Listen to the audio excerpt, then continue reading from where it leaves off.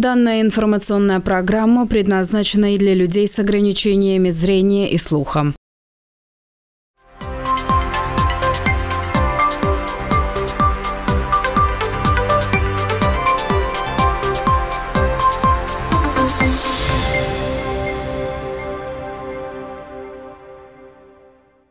Здравствуйте! В эфире новости на канале АТВ, в студии Елена Янак. Основные новости на сегодня. В Чедерлунге прошел первый киберспортивный турнир по мобильной игре. Молдову на Евровидении 2024 представит Наталья Барбу.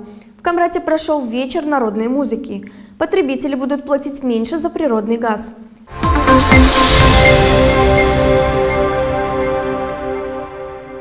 В Чедерлунге прошел первый в Гагаузии киберспортивный турнир по мобильной игре PUBG. Игры собрали около 80 участников из различных населенных пунктов Гагаузии и Молдовы. Как рассказал специалист примарии муниципия Чедерлунга Анатолий Воронцов, в соревнованиях приняли участие 14 команд, в каждой из которых было по 4 человека. До этого они прошли отборочный турнир в онлайн-режиме. Желающих было намного больше. В турнире изъявили желание участвовать молодые люди из Гагаузии, Чедерлунги, Волконешт, Казаклея, Баурчи, Кангаз, Бишалмы, а также из Тараклии, Твардицы, Валя-Пержи и Кагула. Участники, занявшие первое место, получили денежное вознаграждение в размере 3500 леев, победный кубок и диплом. Второе место принесло команде финансовый приз в размере 2500 леев и диплом. За третье место участники получили диплом и 1500 леев.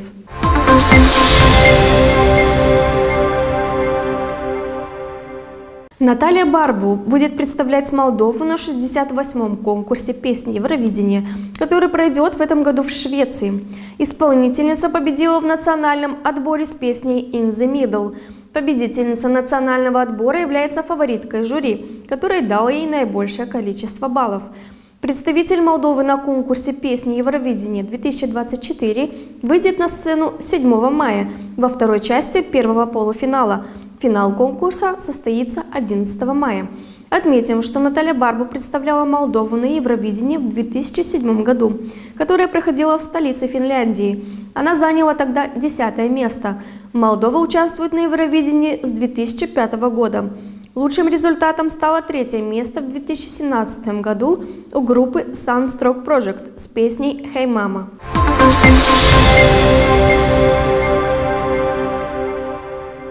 Потребители будут платить меньше за природный газ. Национальное агентство регулирования энергетики утвердило ставку в размере 13 леев 39 банов без НДС за кубометр газа в случае сетей низкого давления, к которым подключены все внутренние потребители и часть небытовых потребителей. В настоящее время эта ставка составляет 18 леев. Новые тарифы вступят в силу после публикации решения НАРы в официальном вестнике.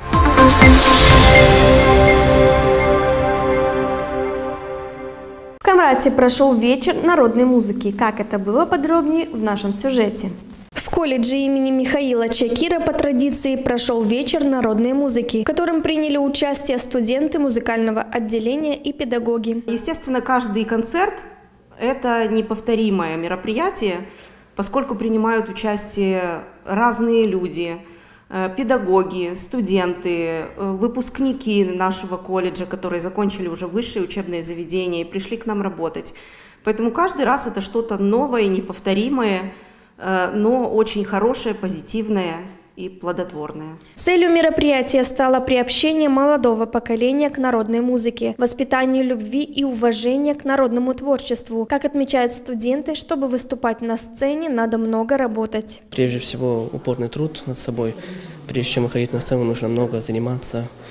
Как Ленин говорил, учиться, учиться, еще раз учиться. На концерте прозвучали обработки народных мелодий педагогов Татьяны Щеголевой и Ивана Метеогла. Студенты всегда с радостью откликаются участвовать в подобных концертах, так как это большой сценический опыт для исполнителя. Я чертовски обожаю сцену. Просто, когда ты выходишь и видишь вот эти удивленные лица. До этого, конечно, очень страшно, когда стоишь у двери, вот-вот должен выйти на сцену, но когда ты выходишь, как-то уже спокойно и хорошо становится. И ты дальше играешь и просто уже ни о чем не думаешь. Это очень... Вот это чувство я просто обожаю.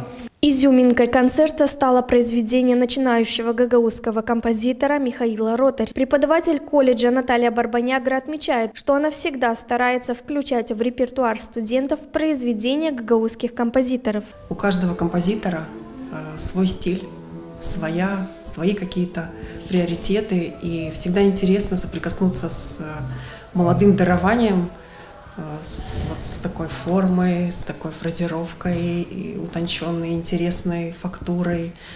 И это всегда привлекает внимание, всегда интересно и очень нравится студентам.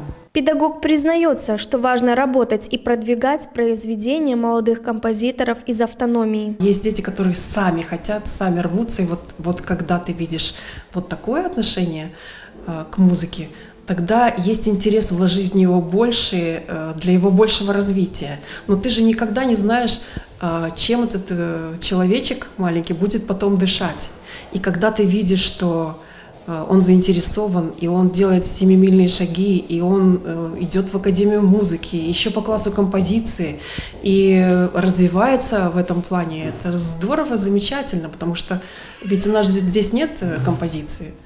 Единственное, чем мы можем заниматься, это как импровизация на уроках, и то не всегда это встречается. Зрителям и гостям были представлены сольные номера, вокальные, инструментальные дуэты, трио, ансамбли и оркестр народных инструментов.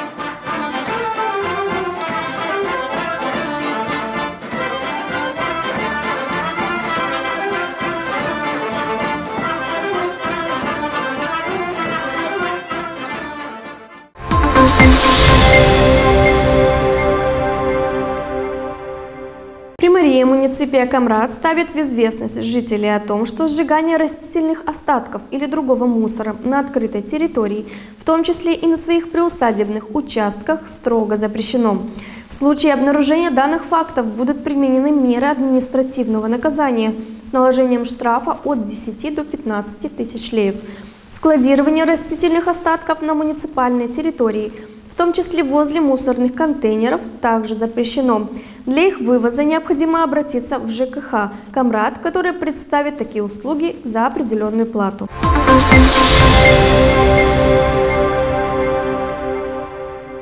Это были все новости на сегодня. С вами была ведущая Елена Янак. Оставайтесь с нами, подписывайтесь на наши социальные сети. До скорых встреч!